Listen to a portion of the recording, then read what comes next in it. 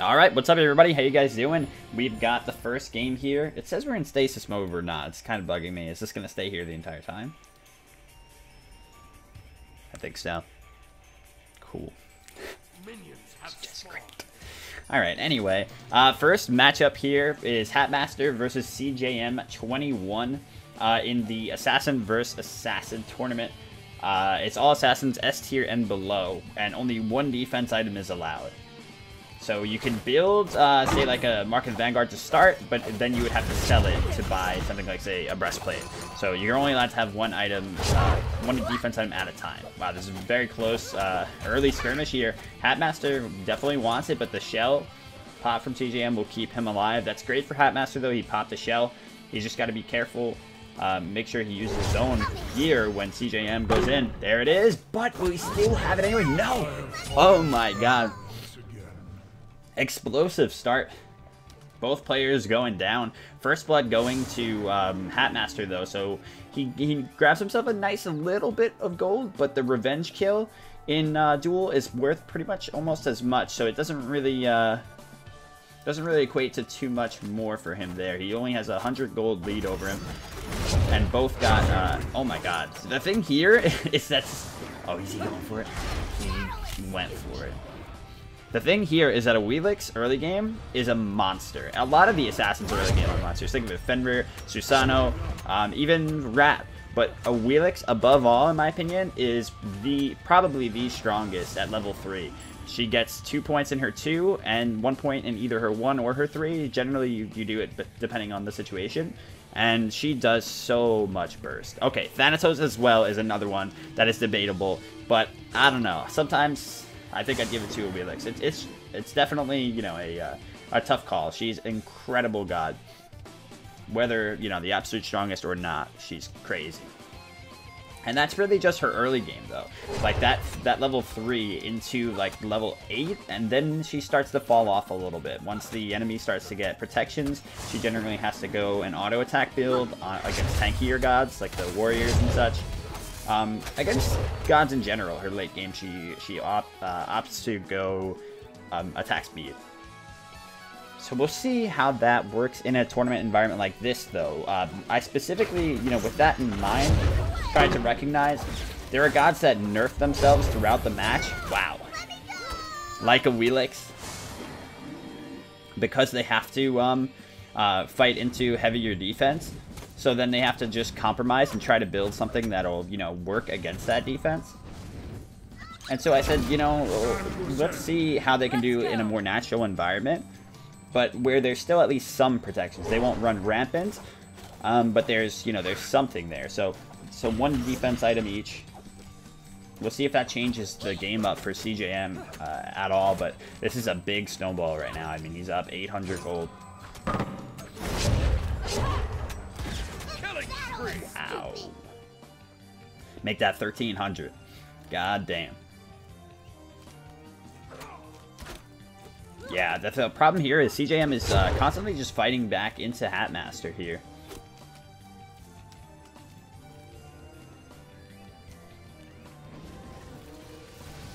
And CJM coming off of a good tournament performance last week in the doubles tournament, or the 2v2 tournament. We call it the doubles in Smash. Do people still call it doubles in 2v2, like, at all? In Smite? Doubles is a cool name. But yeah, definitely not having a great time here up against Hatmaster. Of course, this being Assassin only, Hatmaster cannot go his Ymir. But he said that he's actually 100% cool with that for tournaments. And I think he's been expanding his god pool even more. So it's really cool to see. You know, he's just a strong player overall.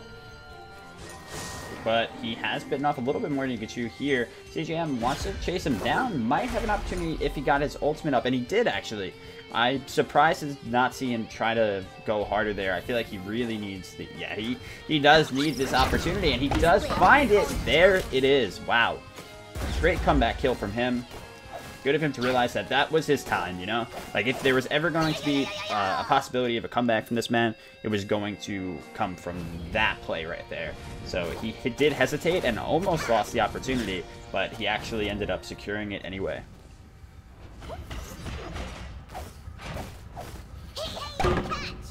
Now he picks up a red buff for himself. He's looking good. Just like that. It's only a 600 gold lead. Oh my god. Hatmaster does hit that 3 through the wall, but CJM turns around at just the right time so that he doesn't get knocked up and pulled to his death. Never mind. His ult was actually down from Hatmaster. Did he just use it there? It looks like it just went down, so I think Hatmaster saw the 3 proc and immediately used his ult, assuming that he would knock up CJM. We didn't catch that on camera. Nuda's playing in a tournament that you can only build 1 defense. Oh my god. That's true. I don't think he read the rules, to be honest. I saw him right before his game started. He's like, this is on the Joust map? Nah, man. Playing Conquest.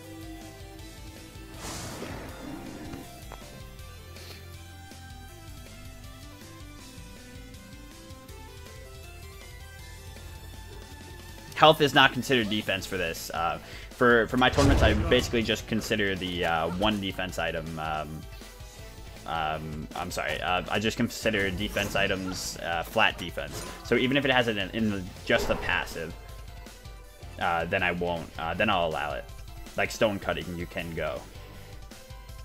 Because I don't think there are that many exceptions to that like break the whole system of it. Wow, this burst from Hatmaster is still so potent. My god. CGM not opting to go defense's first item here, which I think he really should have, given he's up against this incredibly bursty Awilix. Ooh, that dash. Could have costed him, but Hatmaster had already, you know, gotten a little bit lower on his health, didn't want to make the commitment to that dive. He is, you know, losing grip on his lead a tiny bit, so he wants to do his best to make sure that he keeps it, you know, tightens it a bit. Still, 1k gold lead about. Once he cleans up those creeps, it shrinks down to 800. Nah, about 900, definitely still. And a Heartseeker first item here for CJM, I don't like here. I'm not sure how this is going to benefit him. He misses out on cooldown, which is really important for Ratatoskr. I would agree with it for a snowball item. If he's already like super ahead, he just wants to keep the early burst going. But overall, I don't feel it's that conducive to his build, given the position that he's in.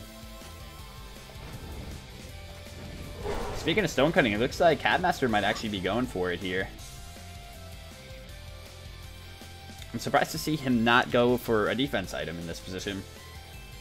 Generally, you know, either you build it first or you go pen item, then defense item. It would be funny, actually, to see if Hatmaster thought that it was no defense and not 1 defense only. Does Fafnir count as an assassin since he's so tiny? Yes, absolutely. Big ult here from CJM. He's still got his 3, I think. Yep, and the damage is there. But I don't think he's gonna. Nope, he doesn't have his 1-up in time. Maybe because he didn't have that cooldown. Who knows? Who knows? If he would have got it back.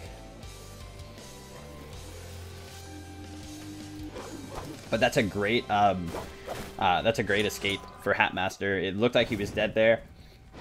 He made it out by the skin of his teeth. And CJM gonna do some damage to this tower here, but nothing too substantial done. And red buff did go the way of Hatmaster, so overall, actually, you know, a win for him. He keeps that lead, and he has the red buff to continue pressing it.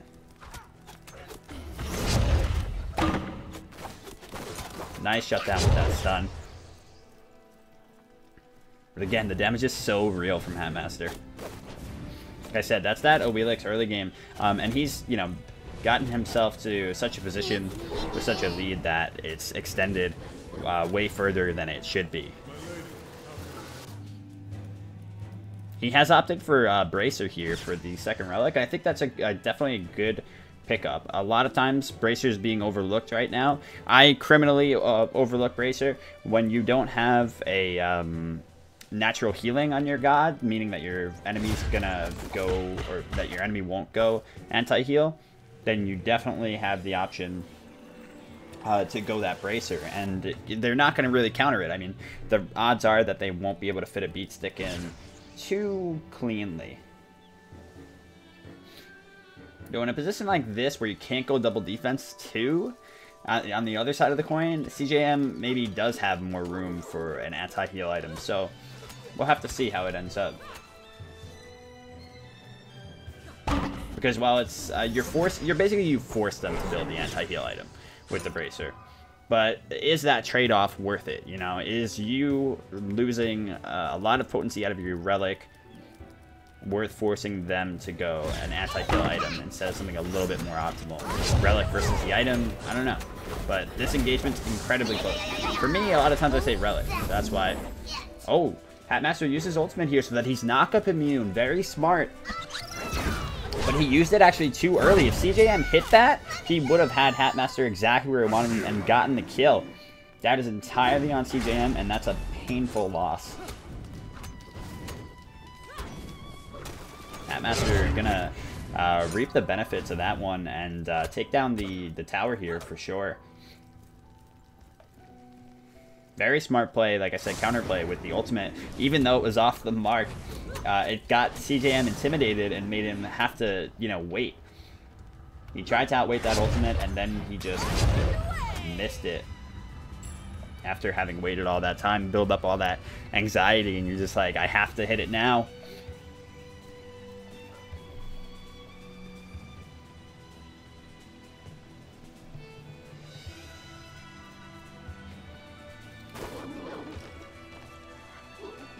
Crusher picked up here for Hatmaster. It's a really good item. Once again, like I said, Awilix does do very well with auto attack, especially in her ultimate. It increases her attack speed. So he's itemizing for both the burst and the attack speed here. And that's definitely a good look. As well as, of course, yeah, the cooldown along with that burst. CJM, it would be crazy to go back in here, so yeah, he's out. With that shell still up from Hatmaster, it was definitely death. Wow, Hatmaster looking to do this already, though.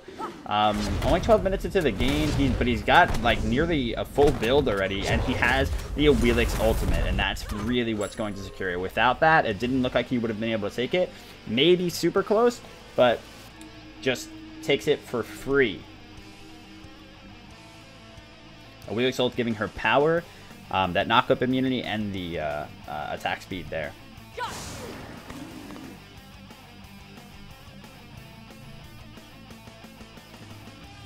CJM on the other side of things does go for Shield of Thorns, which I think is a great pickup here for him.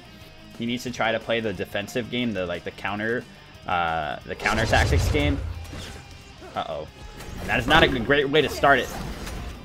But Hatmaster does not care. He's fighting into it, and that's because he has the bracer. Ooh, what a cute turnaround, but CJM walks into the enemy creeps. There was nowhere for him to go. It was such a smart play from CJM to bait out that jump, but then the creeps said, nah, homie, you dead. Yeah, that's rough. There wasn't anything else he could have done in that particular position. Hatmaster might be able to take this down. He does have his ultimate. Pops it, and look how much he's doing. Absolutely shredding it. Complete destruction. Hatmaster showing why Awilix looks like a very solid pick in this tournament. GG. Yeah, and he never built